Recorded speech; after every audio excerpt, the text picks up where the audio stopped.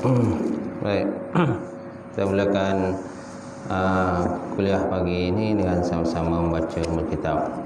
Ila hadratin Nabi Muhammad Mustafa Rasulullah sallallahu alaihi wasallam wa ala al-kiram ashab izam syaikhul Fatihah. A'udzubillahi minasyaitonir rajim. Bismillahirrahmanirrahim. Alhamdulillahirabbil alamin, arrahmanir rahim. Maliki yaumiddin.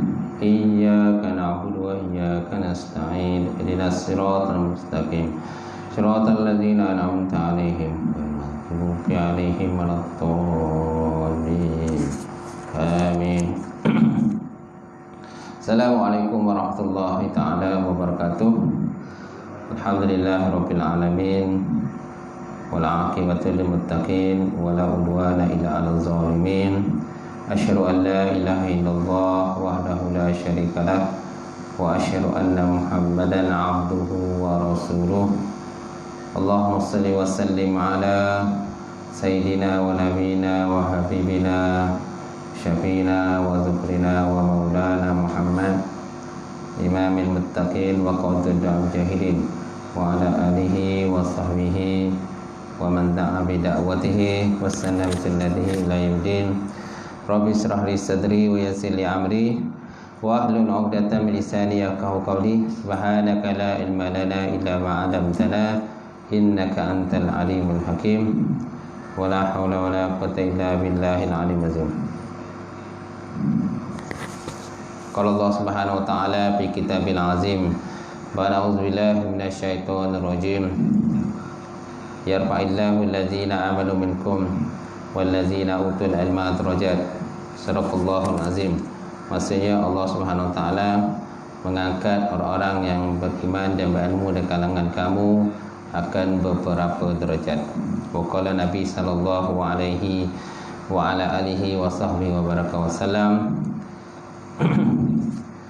La yu'minu ahadukum hatta akuna ahabba ilaihi min walidihi wa waladihi wan nasi ajmain.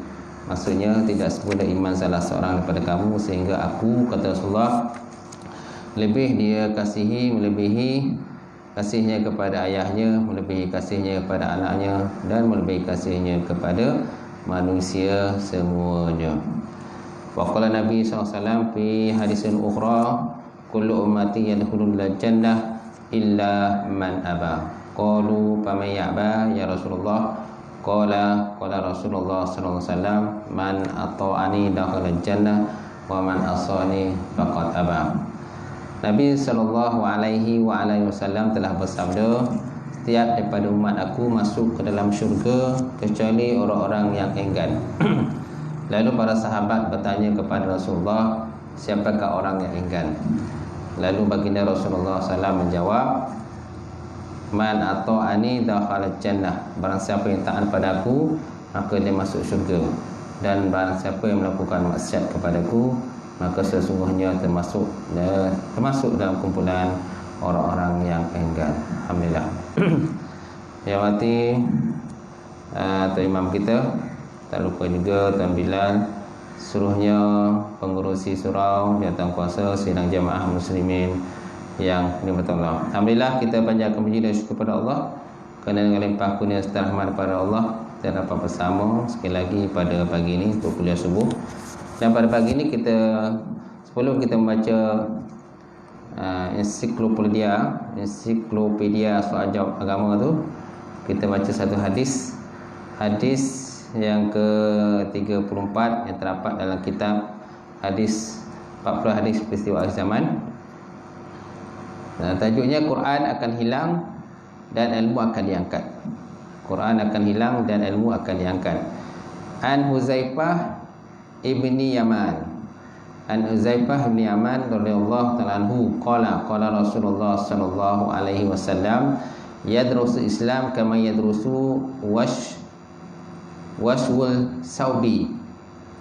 Yadrusu Islam kama yadrusu waswul saubi hatta la yudra ma siyamun wala salatun wala nusukun wala sadaqatun wala yusra ala kitabillah fi lailatin fala yabqa fil ardi minhu ayatun wa tabqa tawaifu minan nas syekhul kabir wal ajuz yaquluna adrakna aba'ana hadhihi kalimat adrakna aba'ana ala hadhihi kalimat la ilaha illallah wa nahnu naqul faqala lahu silatu ma tughni anhum la ilaha illallah wa hum la yadruna ma salatun wala siyamun wala nusukun wala sadaqatun fa'arada anhu Huzaifah summa raddaha alaihi salasan kullu zalika yuridu anhu Huzaifah summa aqbala alaihi fi salasati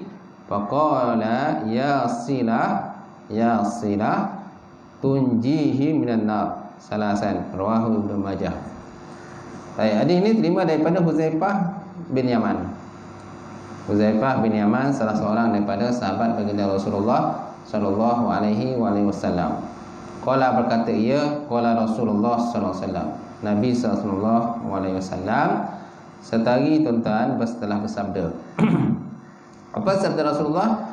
Yadrusul Islam kama yadrusu washwul sawbi hatta la yudra ma siyamun wala salatun wala nusukun wala sadaqatun. Maksudnya Islam itu akan luntur. Islam itu akan luntur ataupun lusuh seperti lusuhnya corak warna-warni yang terdapat pada pakaian bila ianya telah lama dipakai. Yadrusul Islam yadrusul Islam kama yadrusu washwus sawbi hatta la yudra ma siyamun wala sadaqatun wala nusukun wala sadaqatun wala nusukun.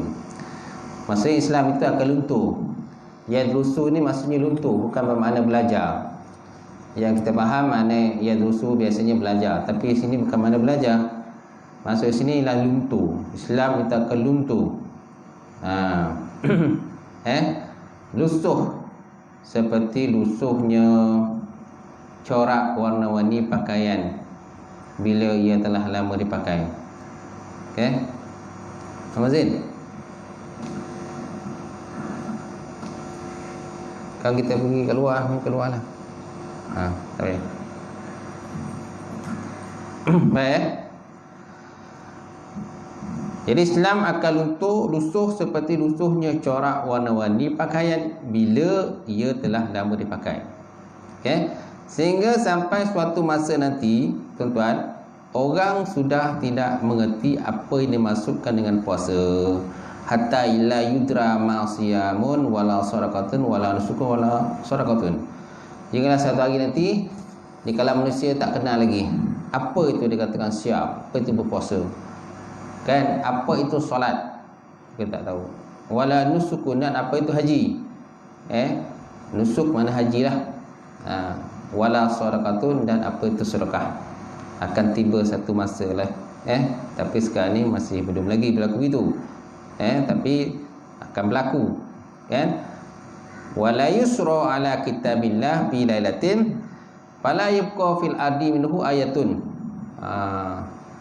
Dan apa yang dimaksud dengan sembahyang, apa yang dimaksud puasa tadi, haji dan sebagainya. Dan Quran akan dihilangkan kesemuanya pada suatu malam sahaja.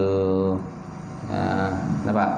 La yusra fi kitabillah fi lailatin, kan? Fala yabqa fil ardi minhu ayatun, dan tidak kekal daripadanya walaupun satu ayat. Kapan kita dengar kan ayat Quran hilang.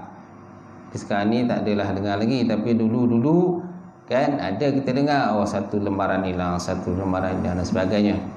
Boleh tak berlaku begitu? Boleh, tak ada masalah. Mungkin kadang-kadang kita menganggap mungkin salah cetak kan. Mungkin salah cetak ke, mungkin ada masalah mesin dan sebagainya. Tapi kalau Allah Ta'ala nak lakukan, nak buat, boleh saja, tak ada masalah. Malahan ilmu dalam dada kita pun dia boleh hilangkan. Ingatan dalam dada kita, dalam diri kita, kan, ilmu yang terdapat dalam dada kita, boleh Allah Ta'ala nak hilangkan. Satu wire saja ditarik, diputuskan Allah Ta'ala, dah lupa dah teringat. Itulah kekuasaan Allah Subhanahu Wa Ta'ala. Jadi apa lagi kalau Quran? Fala yabqa fil ardi minhu ayatun, dan tidak kekal dalam ke bumi masa itu walaupun satu ayat. Tak ada ayat, tak ada lagi. Maka pada esok harinya tidak tinggal di permukaan bumi daripadanya walaupun hanya satu ayat. Maka yang tinggal hanya beberapa kelompok daripada manusia. Wa tabaqa ta'ifu minan nas. Yang tinggal tu hanya beberapa kelompok di kalangan manusia sahaja. Antaranya Syekhul Kabir. Syekhul Kabir mana orang yang tua, syekh, mana orang yang tua-tua lah. Wal ajus, dan orang yang lemah-lemah saja masih tinggal. Kan? Yaquluna, lalu mereka berkata, adrakna aba'ana ala hazil kalimat. Kami sempat menemui nenek moyang kami dan diperkatakan kepada kami tentang kalimat. Apa kalimatnya? Kalimat la ilaha illallah. Kalimah la ilaha illallah. Mereka sempat berjumpa dengan nenek moyang kami, dan nenek moyang kami mengajar pada kita itulah kalimah la ilaha illallah.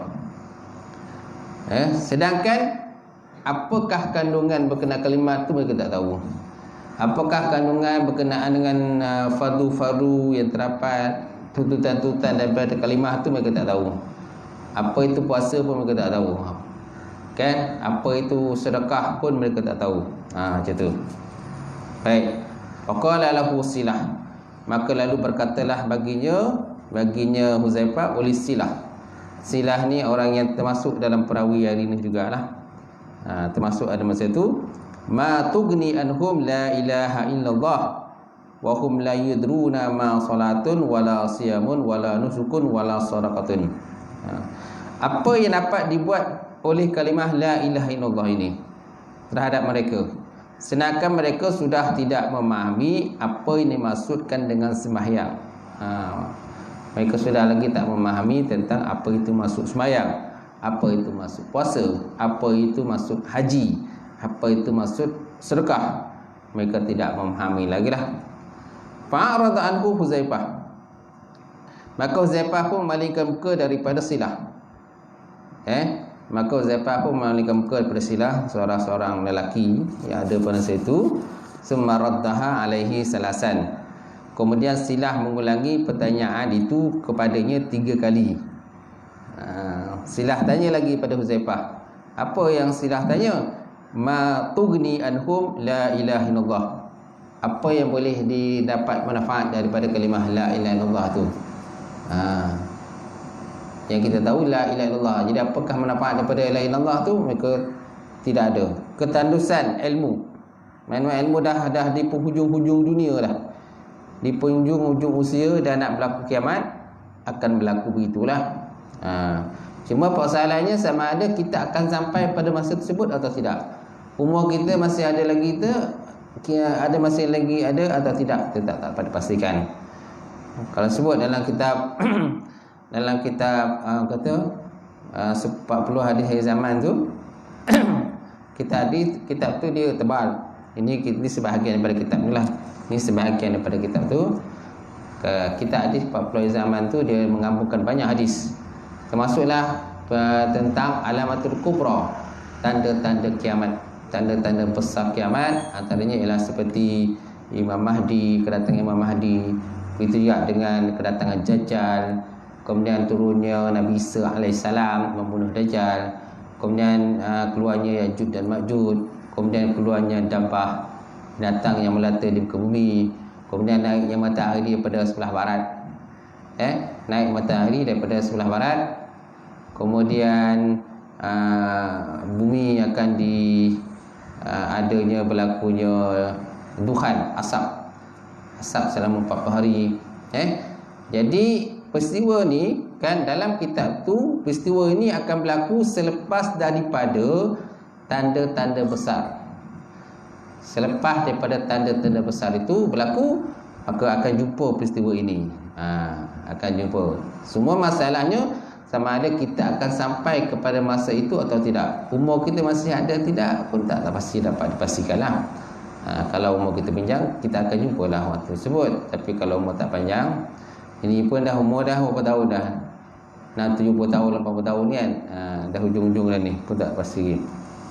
Baik tuan-tuan. Seterusnya, fa'arada anhu Huzaifah. Maka lalu Huzaifah malingkan muka daripada silah mana yang bertanya tadi, ma tughni anhum la ilaha illallah, apakah yang boleh manfaat daripada kalimah la ilaha illallah itu.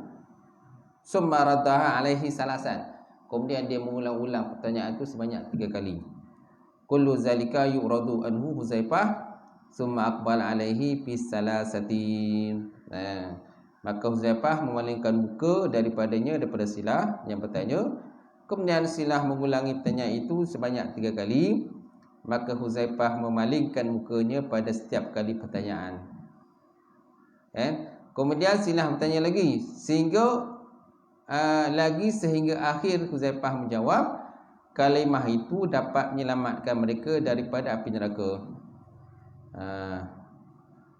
Kemudian akhirnya dijawab oleh Huzaifah.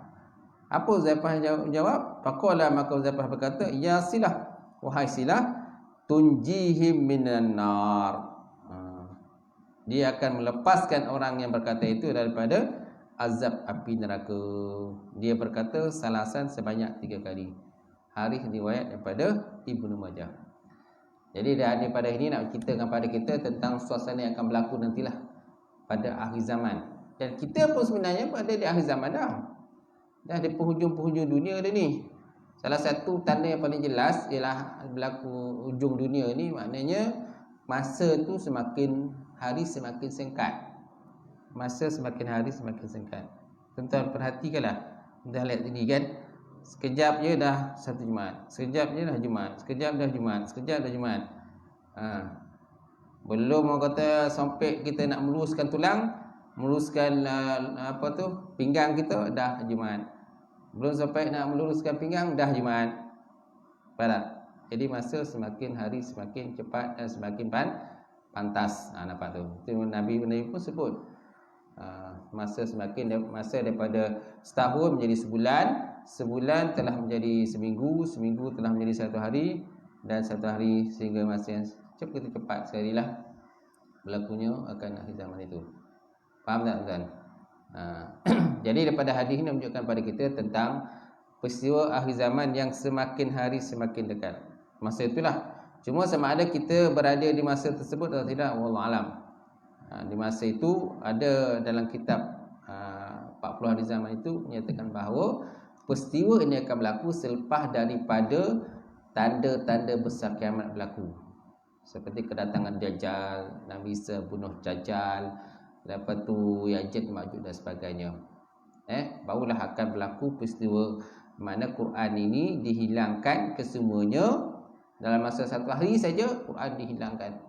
Jadi maksud hilang ini tidak ada lagi tulisan. Kertasnya masih ada. Kertasnya ataupun lembaran Quran tu masih ada, buku tu masih ada, tapi tulisan-tulisan dalam tu dah tak ada dah. Dia tak boleh nak baca lah. Kecuali kalau orang hafal Quran, boleh lah. Kalau yang tak hafal Quran, tak boleh. Dan kemungkinan besar pula orang yang hafal Quran pun akan ditarik ilmu dia masa tu. Jadi tidak ada lagi ingatan mereka berkenaan dengan Quran. Jadi yang mereka tahu ialah hanya kalimah la ilaha illallah sahaja. Itu pun mereka tahu berdasarkan daripada apa yang diajar oleh nenek-nenek moyang mereka terhadap mereka, kepada mereka, insya-Allah.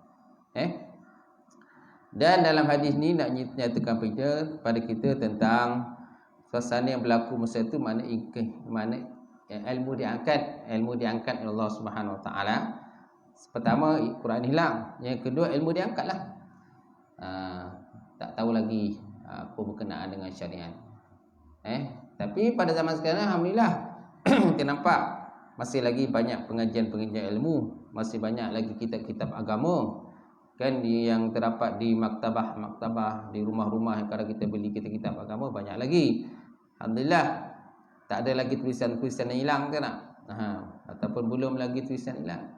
Cuma masalah zaman sekarang ni orang lagi masih ada ramai yang tidak beramal pada Islam. Masih ramai tidak beramal pada Islam.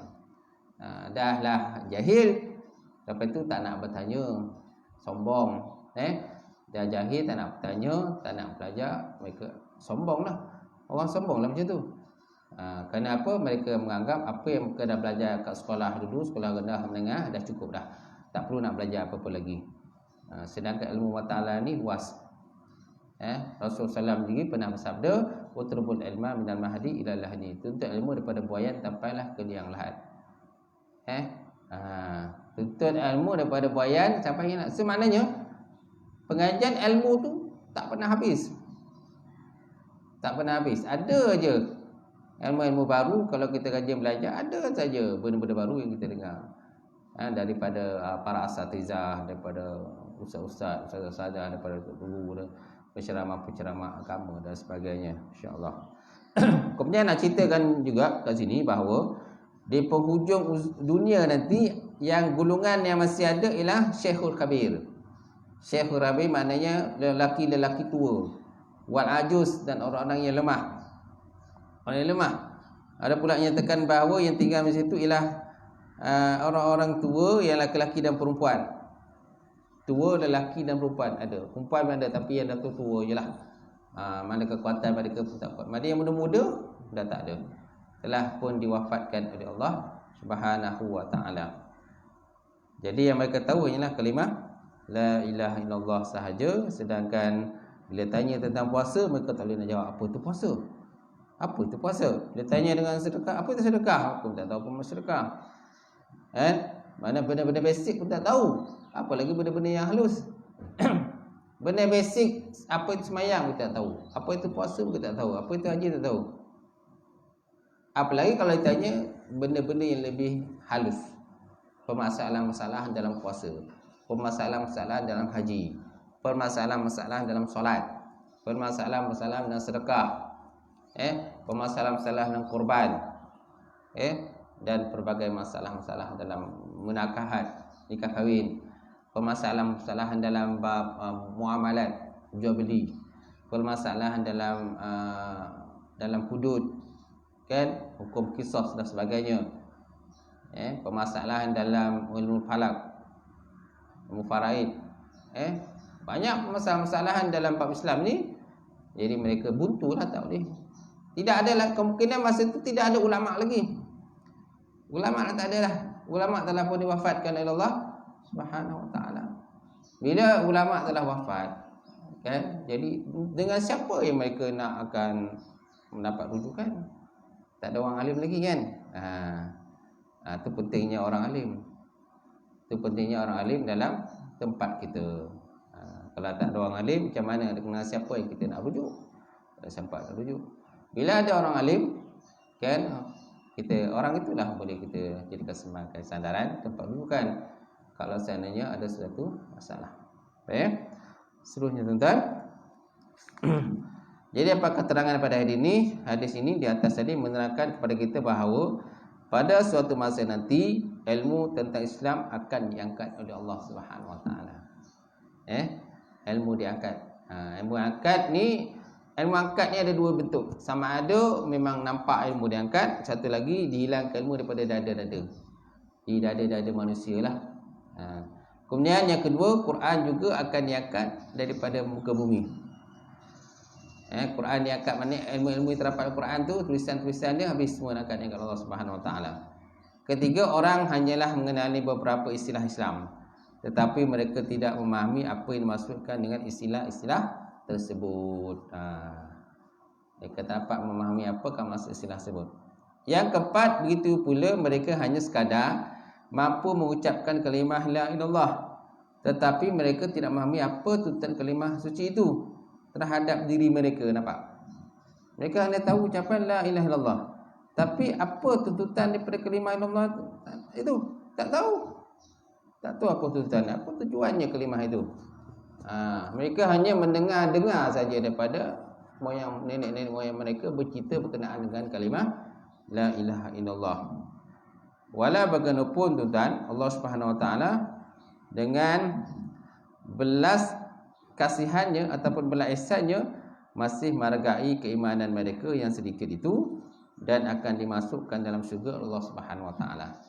Jadi dengan belas ihsan dan juga rahmat daripada Allah Subhanahu wa ta'ala tuan-tuan, akhirnya orang-orang tadi dapat masuk syurga walaupun hanya sekadar mengenal kalimah la ilaha illallah sahaja. Dia hanya kena tahu je, ataupun mungkin hanya boleh mengucap la ilaha illallah saja. Okay? Kalimah Muhammad Rasulullah pun mereka tak tahu. Muhammad Rasulullah pun tak tahu. Mereka yang tahu kalimat la ilaha illallah berdasarkan apa dicerita oleh nenek moyang mereka terhadap diri mereka. Oleh itu naklah kita melazimi dengan ilmu. Melazimi dengan ilmu. Kerana orang menuntut ilmu ni sebenarnya tidak pernah puas. Ada dua jenis orang yang tidak pernah puas. Satu, orang menuntut ilmu. Yang kedua, orang menuntut dunia. Satu, orang menuntut ilmu. Yang kedua, orang menuntut dunia. Orang menuntut ilmu ni dia tak pernah puas. Ada saja pengajian ilmu dia akan pergi dengar. Dia tidak akan membuangkan masa, membazirkan masanya dengan benda-benda yang bukan-bukan, benda-benda larang dan sebagainya. Kenapa? Yang penting pengajian ilmu itulah. Situ pun ada pahala yang dapat. Pengajian ilmu juga pun semakin hari semakin kuat, semakin mantap. Dan dalam pengajian ilmu pula dia boleh bertanya pula. Mana-mana yang tak tahu dia boleh tanya lagi dengan ustaz, ustazah, para penceramah, tuan guru dan sebagainya, para ulama dan sebagainya. Dan ulama itu pula mendoakan dia pula. Sebabnya Rasulullah SAW pernah bersabda yang maksudnya qiwamud dunya bi arba'ah. Berdiri dunia itu dengan 4 perkara. Qiyamud dunya bil arba'ah. Berdirinya dunia itu dengan 4 perkara. Pertama, bil ilmil ulama, dengan ilmu ulama. Kealiman ulama. Yang kedua, dengan keadilan pemimpin. Yang kedua, dengan keadilan pemimpin. Yang ketiga, dengan doa orang fakir. Doa orang fakir. Dan yang keempat, dengan pemurahnya orang kaya. Pemurah orang kaya. Kalau bukan dengan ilmu ulama, maka banyaklah orang yang jahil akan binasa. Dalam hadis ini, kalau seandainya bukan dengan ilmu ulama ataupun bukan dengan doa-doa ulama ini, maka sudah tentu banyaklah orang jahil yang binasa. Yang kedua, keadilan pemimpin. Kalau bukan dengan keadilan pemimpin, maka sebahagian daripada kamu akan memakan harta orang lain dengan secara batil. Kalau bukan dengan pemimpin, maka sebahagian daripada kamu akan makan harta orang lain dengan secara batil.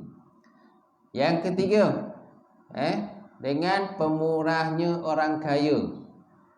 Kalau tidak ada orang kaya pemurah, maka binasalah orang yang miskin.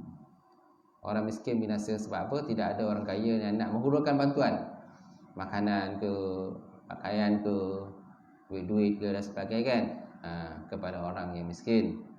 Dan yang keempat, doa orang fakir miskin pun penting juga.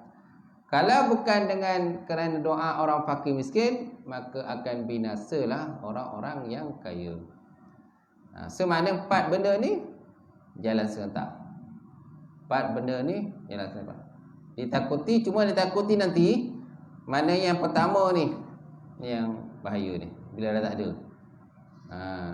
Bila dah tak ada, bila orang kaya, orang berilmu dah tak ada, macam mana dia nak menegur orang yang pemimpin? Macam mana dia nak menegur pemimpin? Macam mana? Siapa nak menegur pemimpin? Kalau orang-orang ada ulama dia tak ada, siapa yang nak memberi nasihat kepada pemimpin? Maknanya pertama tu mestilah ilmu ulama. Jadi ilmu ulama tadi, maka dia bagi nasihat kepada pemimpin. Pemimpin pula kan, dengan adanya nasihat daripada ulama, maka dia akan berlaku adil. Kemudian ulama dia akan berikan nasihat juga kepada orang-orang kaya. Orang kaya dia akan bagi sedekah, sama ada mulakan zakat ke dengan sedekah sunat dan sebagainya. Kemudian yang seterusnya, ulama juga tadi, orang-orang yang berilmu juga, dia akan bagi nasihat kepada orang-orang yang susah. Orang susah supaya berdoa, sebabkan mereka susah dan fakir, jadi doa mereka mustajab. Doa mustajab. Sebabnya kita jangan mengabaikan orang-orang yang susah-susah, orang fakir miskin, janda-janda kan, janda-janda kesusahan, banyak anak, tak ada kan. Itu tugas pengurus siswa tu. Kan antaranya lah, antaranya okey. Bukan tugas pengurus surah aja, tugas bersama lah, membantu kan. Wa ta'awanu 'alal birri wat taqwa wa la ta'awanu 'alal ismi wal udwan. Bantulah kamu dalam perkara kebajikan dan takwa. Jangan kamu bantu-bantu dalam perkara kesusahan. perkara-perkara pemusuhan, dan juga wala ta'awunu 'alal ismi wal 'udwan, jangan bantu-bantu perkara dosa dan juga permusuhan. Baik. Jadi walaupun bagaimanapun tadi Allah Ta'ala dengan belas kasihannya masih meragai keimanan mereka yang sedikit itu dan akan dimasukkan mereka dalam syurga Allah Subhanahu Wa Ta'ala. Masya Allah. Baik, kita sambung kita apa tu? Kita soal jawab tu, muka surat apa?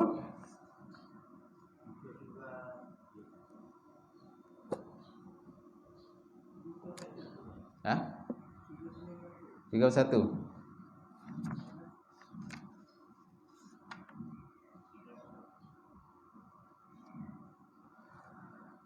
Okey, apa pandangan? Soalan 45. Soalan 45. Adakah malaikat tercipta daripada jisim-jisim cahaya? Betul? Adakah para malaikat tercipta daripada jisim-jisim cahaya? Jawapannya adalah iyalah. Kerana malaikat diciptakan daripada cahaya. Manusia dicipta daripada tanah. Manakala jin dicipta daripada api. Dalilnya adalah sabda baginda Rasulullah sallallahu alaihi wasallam, khuliqat malaikatu min nur. Cipta malaikat daripada cahaya. Cuma malaikat ni dia boleh bertukar rupa lah. Bertukar rupa. Seperti contoh malaikat Jibril alaihissalam kan, bertukar rupa kepada seorang lelaki. Dan datang kepada baginda Rasulullah SAW pada suatu hari dan mengajarkan agama kepada baginda Rasulullah SAW dan juga para sahabat. Sehingga para sahabat masa itu tak kenal siapa yang datang. Kerana apa? Kerana tidak ada bekasan musafir kepada lelaki itu, pakaian yang sangat putih dan rambut sangat hitam. Rambut hitam. Dan seorang pun tak kenal. Kalau seandainya orang daripada jauh, daripada luar datang, kemungkinan akan ada kesan-kesan musafir.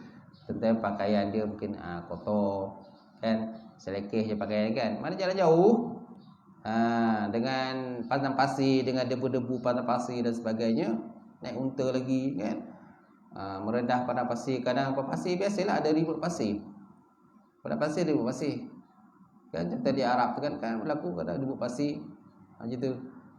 Kalau kita ni tak ada ribut pasir, kalau ada pun ribut biasa je, tu pun jarang berlaku.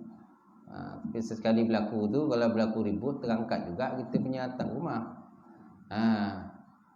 Atap rumah ni kan nampak macam kuat atap rumah ni. Sebab dia atas rumah tu dia ada kayu-kayu semua kan. Sekarang zaman sekarang pun dia tak pakai kayu lagi dah. Dulu pakai kayu. Tapi bila ribut berlaku, dia angkat juga kayu-kayu tu dengan dia punya atap-atap tu sekali. Dia pakai apa tu, besi apa tu? Tu tulang tu tak berapa kuat tu dah. Itu kalau ribut datang lah habis disungkit tu. Habis sungkit tu. Sedangkan atap biasa dulu yang untuk kita yang pakai kayu beruti pun diangkat dia ribut. Nampak tak? Tapi sekarang ni semua barang dah mahal. Semua barang dah mahal, kemudian nak jimat kos dan sebagainya. Itulah yang dipasang lah. Kalau buat rumah baru pun tu dipasang tulang yang aluminium tu. Tapi sebenarnya tak kuat pun benda tu. Kalau kita tengok tak kuat. Sekali diangkat habis. Nampak? Jadi malaikat diciptakan daripada cahaya, manusia daripada tanah, manakala jin diciptakan daripada api, kan? Kalau binatang diciptakan daripada air. Binatang diciptakan daripada air, sedangkan manusia diciptakan tanah. Malaikat dicipta daripada nur cahaya, tetapi walaupun begitu dia boleh berubah rupa. Seperti malaikat Jibril alaihissalam bertukar rupa kepada manusia biasa. Tapi kalau Jibril tu bertukar rupa kepada asal, kepak dia tu saja pun dah antara timur dengan daripada timur ke barat. Atau kepak dia saja. Apalagi kalau badan dia, kaki dia, kepala dia sampai ke langit, kaki dia sampai ke bawah arash, ke bawah bumi. Bumi yang ketujuh, Masya Allah, besarnya saiznya malaikat itu satu malaikat, apalagi banyak malaikat yang lain, Masya Allah. Jadi Allah Ta'ala kan sayangnya pada hamba ni tadi, kan, sayangnya kepada baginda Rasulullah SAW, maka apabila berjumpa dengan baginda Rasulullah, jadi malaikat bertukar dalam keadaan manusia biasa menjadi manusia, sehingga mudah berinteraksi dengan Rasulullah sallallahu alaihi wasallam. Baik, seterusnya, apakah pandangan mazhab Ahlussunnah wal Jamaah tentang malaikat? Malaikat ialah makhluk alam gaib yang sentiasa beribadah kepada Allah Subhanahu wa taala. Mereka tidak mempunyai ciri-ciri ketuhanan. Mereka tidak mempunyai ciri-ciri ketuhanan. Allah Ta'ala yang menciptakan mereka daripada cahaya dan dikurniakan ketaatan sempurna dengan perintah Allah Subhanahu Wa Ta'ala serta kekuatan untuk melaksanakannya. Cuma berkenaan dengan ciri-ciri ketuhanan ini, maksud ciri-ciri ketuhanan ini maksudnya ialah bahawa kan dia bukannya Tuhan. Maksudnya malaikat ni bukannya Tuhan. Malaikat tidak boleh menciptakan langit dan bumi. Itu maksudnya ciri-ciri ketuhanan itu. Tetapi ciri-ciri yang lain kan, contohnya ciri-ciri tidak makan dan tidak minum. Tidak makan dan tidak minum, ciri-ciri yang ada pada Allah Ta'ala. Ada juga ciri itu pada malaikat juga, tidak makan dan tidak minum. Macam tu. Masuk dengan ciri-ciri ini macam ada ciri-ciri ketuhanan yang kata boleh menciptakan langit dan bumi, benda-benda yang besar-besar ni, benda yang halus, benda kasar dan sebagainya. Dia tak boleh cipta. Mereka hanya menurut perintah daripada Allah Subhanahu Wa Taala. Tugas mereka antaranya seperti malaikat Mikail menguruskan rezeki. Malaikat Mikail menguruskan rezeki, tapi adakah malaikat Mikail itu menciptakan rezeki? Tidak, malaikat Mikail tidak menciptakan rezeki. Dia tidak menciptakan rezeki, tapi dia menguruskan rezeki itu. Macam tu. Baik, seterusnya Allah Ta'ala menyebut dalam Al-Quran, walahu man fis samawati wal ardi wa man indahu la yastakbiruna an ibadatihi wa la yastahsyirun yusabbihuna al-laila wan nahar la yafturun. Dan ingatlah segala yang ada di langit dan bumi adalah milik kepunyaan Allah Subhanahu Wa Taala juga. Dan malaikat-malaikat yang ada di sisinya tidak mesahkan diri dan tidak enggan daripada ibadah kepadanya, dan tidak pula mereka merasa penat dan letih. Mereka ibadah siang malam tidak berhenti-henti. Masya Allah, siang malam tak berhenti. La yafturun yusabbihuna al-laila wan nahar la yafturun. Mereka bertasbih siang malam tanpa henti. Masya Allah, kita penat berhenti, letih tak larat. Jadi kekuatan yang ada pada malaikat berbeza dengan kekuatan yang ada pada manusia. Cuma malaikat tidak dikurniakan hawa nafsu. Manusia ada nafsu. Dia ada 4 pecahan tu. Pecahan yang pertama ada nafsu, ada akal. Ada nafsu, ada akal, itulah manusia. Yang kedua ada akal, tak ada nafsu, itu malaikat. Yang ketiga ada nafsu, tak ada akal, binatang. Binatang ada nafsu, tiada akal. Dan yang ketiga ni kan, yang keempat iaitulah tiada nafsu dan tiada akal, itulah tumbuh-tumbuhan. Pokok-pokok, rumput-rumput dan sebagainya. Ini ciptaan Allah Subhanahu Wa Taala yang canggih juga, yang hebat juga, tetapi tidak ada nafsu dan tidak ada akal. Jadi daripada 4 tadi, yang paling mulia siapa? Yang paling mulia itulah manusia lah. Tapi dengan syarat dia taat kepada Allah Subhanahu Wa Taala. Kalau manusia taat pada Allah, insya-Allah dia menjadi lebih mulia daripada malaikat. Lebih mulia daripada makhluk-makhluk yang lain. Tapi kalau seandainya tidak taat pada Allah, kan, dia ahli maksiat, maka lebih teruk daripada binatang. Dia lebih teruk daripada binatang. So nak jadi yang mana? Nak jadi lebih hebat daripada malaikat ke nak teruk daripada binatang? Sudah tentu kita nak pilih lah untuk lebih hebat daripada malaikat. Tapi kita beribadah tentang jangan minta untuk jadi wali. Jangan. Salahlah daripada si konsep beribadah tu. Kalau ibadah untuk menjadi wali supaya boleh terbang ke udara, berjalan atas air, ini satu niat yang tak baik lah, yang tak betul lah. Mana tidak ikhlas kepada Allah Subhanahu wa taala. Baik, seterusnya bilangan para malaikat sangat banyak, tidak dapat dihitung kecuali Allah Taala saja yang dapat mengetahuinya, masya-Allah. Ibnu Katsir menyebut dalam hadis sahihaini, satu hadis sahihaini, hadis riwayat daripada Imam Bukhari dan Muslim, Anas menceritakan bahawa dalam kisah Isra Mi'raj, Rasulullah SAW dibawa ke Baitul Ma'mur di langit yang ketujuh, dan terdapat seramai 70,000 malaikat bersemayam dalam setiap hari. Apabila mereka keluar pada tempat tadi, mereka tidak akan kembali lagi. Bila keluar je tak kembali lagi. Malah bila dah masuk dalam tak akan keluar lagi. Beriman pada malaikat merangkumi 4 asas penting. Keimanan terhadap kewujudan malaikat. Baik, keimanan terhadap kewujudan malaikat. Yang kedua, keimanan kepada malaikat yang diberi nama-nama mereka seperti malaikat Jibril, Mikail, dan keimanan secara ijmali, ringkas kepada kalangan mereka yang tidak diberitahu namanya. Ada malaikat-malaikat yang tak diberitahu pun namanya. Ada malaikat-malaikat yang tak disebut pun dalam 10 tu, tapi dia ada. Contohnya malaikat hafazah, malaikat yang menjaga diri kita lah, hafazah ni. Dekat hidung kita ada malaikat. Mana dekat orang kata lubang-lubang macam telinga ada malaikat yang menjaga. Kalau tidak ada malaikat menjaga, sudah tentu bila kita tidur akan ada binatang serangga-serangga masuk. Sebab apa? Dia ingat ni tempat tidur dia. Serangga tu macam semut ke, dia ingat ni lubang ni untuk tempat dia tidur. Dia pun masuk lah. Itu pun ada yang kadang masuk. Semut masuk dalam telinga. Macam mana perasaan tuan bila semut masuk dalam telinga? Menangis tak? Menangis tak berlagu lah.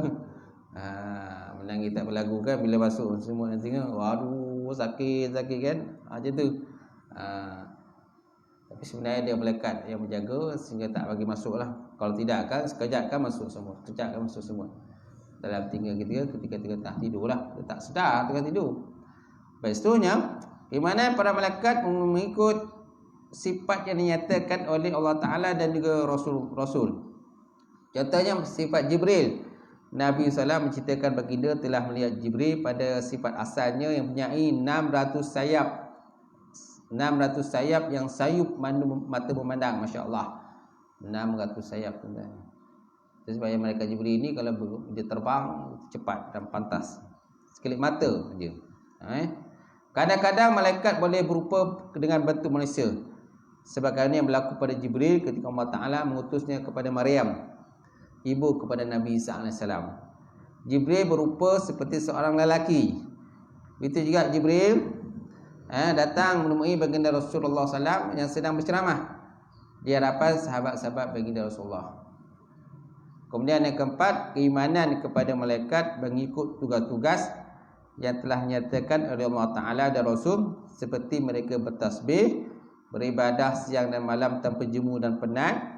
Sebahagian mereka punya tugas-tugas khusus, seperti Jibril contohnya menyampaikan wahyu, Mikail menguruskan rezeki. Di sini dia kata wakil membawa hujan. Israfil meniup sangkakala ketika berlaku kiamat. Ditiup sangkakala ketika berlaku kiamat. 2 kali tiup. Pertama tiupan kematian, dia tiup je semua mati. Yang kedua besok tiupan kebangkitan pula. Dibangkitkan, semua ini dihamburkan kan, dikumpulkan di padang mahsyar. Israel tugas mencabut nyawa ataupun malaikat maut, istilah lain lah. Kalau Israel ni orang tak apa takut, tapi bila tebut semua mahu malaikat maut, cuba takut. Itu sebabnya jangan bawa kereta laju. Kalau kita bawa kereta laju kan, malaikat maut dah tunggu ke simpang tu. Ke Selekoh tu malaikat maut dah tunggu dah. Banyak kadang-kadang. Jalan raya tuan-tuan, jalan raya sebenarnya satu kubu yang tidak ada batu nisan. Jalan raya ialah kubu yang tidak ada batu nisan. Ataupun lebuh raya lah. Yang paling banyak berlaku mana lebuh raya. Lebuh raya ni dianggap seperti kubu yang tak ada batu nisan. Kita tak nampak orang sebenarnya pernah mati kat situ. Tak nampak. Kecuali kita pernah tengok gambar aksiden ada kemalangan kat situ. Jadi kita ingat, oh sini berlaku insiden lagi tu. Kita ingat. Tapi dah lama-lama kadang kita tak ingat dah. Dah lupa dah. Baru berlaku insiden tu kita ingat, oh ada insiden berlaku sini hari tu. Bila dah lama-lama tu dah tak ingat. Bak kereta pun dah macam plosit. Bak kereta macam plosit, tu yang boom tang. Malaikat maut dah tunggu, dah tak sedar dah. Malaikat maut dah tunggu bekas selekoh tu. Baik, seterusnya Malik tugaskan menjaga janin-janin dalam rahim ibu selepas sempurna 4 bulan. Bukan Malik ni. Kalau malaikat Malik ni dia menjaga pintu neraka. Salah cetak tu. Okey, malaikat Malik menjaga pintu neraka. Malaikat Ridwan menjaga pintu syurga. Okey. Kemudian dalam kubur ada malaikat Munkar Nakir yang akan menyoal manusia. Ma rabbuka, ma dinuka, ma imamuka, ma qiblatuka. Okey, itu soalan-soalan yang kita tanya lah. Malaikat Munkar dan Nakir. Ada malaikat Raqib yang menulis amalan kita. Mereka menulis kebaikan dan juga keburukan. Baik. Yang kelima, mereka beriman kepada malaikat menghasilkan natijah yang baik. Mengetahui tentang kebesaran Allah, kekuatan dan kerajaannya, kebesaran makhluk menggambarkan kebesaran penciptaannya. Bersyukur kepada Allah Ta'ala atas keprihatinannya kepada manusia. Allah Ta'ala telah mewakilkan kepada malaikat menjaga manusia, menulis amalan dan berbagai kemaslahatan. Cintakan para malaikat kerana mereka sentiasa beribadah kepada Allah Subhanahu wa taala. Soalan 47. Bagaimana yang tersebut dalam hadis, malaikat tidak akan memasuki rumah-rumah yang ada dalamnya gambar-gambar. Malaikat manakah yang dimaksudkan? Adakah kebaikan tidak akan ditulis dalam rumah sekiranya malaikat tidak masuk? Jawapannya, sesungguhnya malaikat yang ditugaskan menjaga dan menulis amalan manusia tidak akan terpisah dengan manusia. Malaikat Raqib ni ataupun kiraman katibin kan. Kiraman katibin kan. Jadi malaikat ni dia tidak berpisah dengan kita. Kecualilah kalau kita buang air. Kan, buang air ke ataupun melakukan persetubuhan dengan isteri, malaikat tu dia jauhlah diri.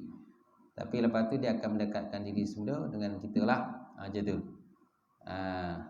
Mereka ni selalu duduk kiri kanan depan belakang. Kiri kanan kita lah memperhatikan dan menulis amalan kita.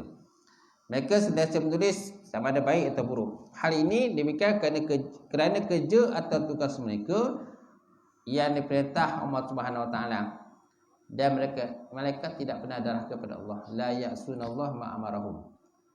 Malaikat tak pernah derhaka kepada perintah Allah.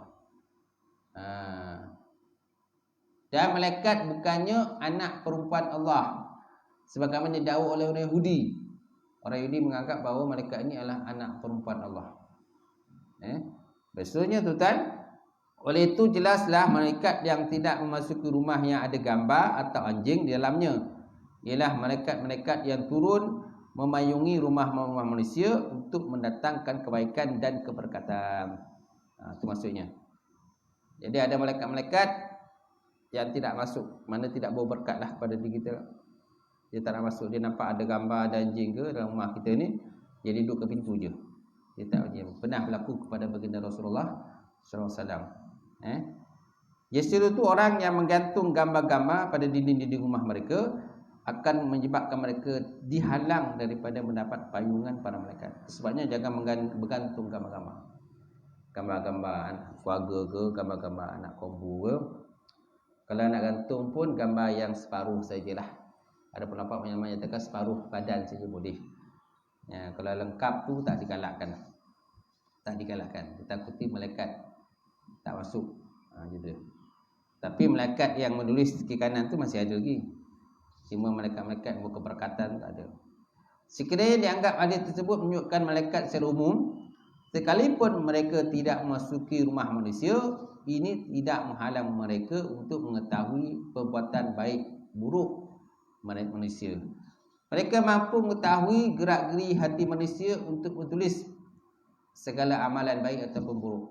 Dalam sebuah hadis sahih ada menyebutkan bahawa innallaha ta'ala katabal hasanat wa sayyi'at summa bayyana zalika faman hamma bihasanatin falam ya'malha kataballahu lahu innahu hasanah kaminah wa inhu Wa in huwa hamma biha fa'amilaha kataballahu lahu indahu asyra hasanatin ila sab'ami'atin dhifin ila adhafin katsirah. Wa man hamma bi sayyi'ah falam ya'malha kataballahu lahu indahu hasanah kamilah. Wa in huwa hamma biha fa'amilaha kataballahu lahu sayyi'ah wahidah. Sesungguhnya Allah Ta'ala telah menuliskan kebaikan-kebaikan dan keburukan-keburukan lalu menjelaskannya. Maka barang siapa yang ingin ataupun azam melakukan satu kebaikan lantas dia tidak melakukannya, maka dituliskan Allah Ta'ala baginya satu kebaikan. Siapa mana maksudnya siapa berazam nak buat baik, bercita-cita nak buat baik tapi tak jadi buat. Hari ni contoh nak buat gotong royong tapi tak jadi buat gotong royong, ataupun nak tolong orang gotong royong tapi tak jadi. Kita dah ada niat tu, dah ada dah, mana dapat satu kebaikan. Dapat satu kebaikan. Sekiranya orang yang ingin atau azam untuk melakukan kebaikan lalu dia melakukannya, dituliskan baginya 10 kebaikan sehingga 700 kebaikan. Bahkan sehingga berlipat-lipat kali ganda untuknya, masya-Allah. Apalagi kalau orang itu berazam buat kebaikan, jadi buat pula, dan niat ikhlas pada Allah, maka mendapat 10 ganjaran pahala. Dan Allah Ta'ala boleh gandakan lagi sampai 700 ganjaran pahala. Dan boleh diganda-gandakan lagi dah. Dan malah siapa yang ingin melakukan kejahatan pula, siapa yang ingin melakukan kejahatan lantas dia tak melakukannya, ditulis baginya oleh Allah Ta'ala satu pahala kebaikan yang sempurna, masya-Allah. Kalau orang tu ada niat nak buat jahat, nak mencuri, tiba-tiba tak jadi, tak jadilah, kesianlah kalau aku curi barang kang, orang tu mesti sedih lah, orang tu mesti menangis dan sebagainya. Jadi tak jadi nak buat. Okey. Jadi oleh kerana itu, maka orang yang tak jadi buat tu mendapat satu kebaikan. Sekiranya orang yang ingin berazam melakukan keburukan tadi, lalu dia melakukannya, maka ditulis baginya satu keburukan saja. Kalau dia jadi buat pula, dia kata nak mencuri, maka jadi mencuri, maka dia ditulis baginya satu keburukan. Masya-Allah, cantiknya Islam kan. Cantik Islam tu maknanya di antara buat kebaikan tadi dengan keburukan tu, berazam buat baik dan buruk, mana keazaman buat baik ini mendapat pahala lebih berbanding dengan keazaman membuat jahat dari segi sifat dosa yang dia dapat. Nampak tak? Macam baik tadi jadi buat, boleh dapat 10, boleh gandakan sampai 700, boleh gandakan lagi dengan jumlah ganaan yang tidak terhitung oleh kita lah, masya-Allah. Jadi hadis itu menunjukkan malaikat mengetahui apa yang niatkan oleh seorang hamba untuk ditulis dalam suratan amalan buku masing-masing, masya-Allah. Itulah sekadar perbincangan kita pada pagi ini, insya-Allah. Mudah-mudahan dengan sedikit perbincangan akan dapat memantapkan lagi lah ilmu kita, insya-Allah. Sekian. Ada persoalan? Ada? Tak ada? Okey, tak ada. Kita alhamdulillah kita bersama, insya-Allah. Auzubillahi minasyaitonir rajim. Bismillahirrahmanirrahim. Alhamdulillahirabbil alamin wassalatu wassalam ala asyrafil anbiya'i mursalin wa ala alihi washabbihi ajmain. Allahumma zidna ilman nafi'a wa yaqinan sadiqa ma'an taqabbala rizqan halalan mubarakatan katsiran wa siyana fataya alim wa lana qulubana biduni ma'rifataka wa ta'arifin.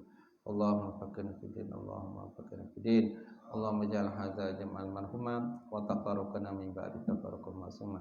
Rabbana atina fid dunya hasanah wa fil akhirati wa qina azabannar. Walhamdulillahi rabbil alamin. Taqabbalallahu minkum.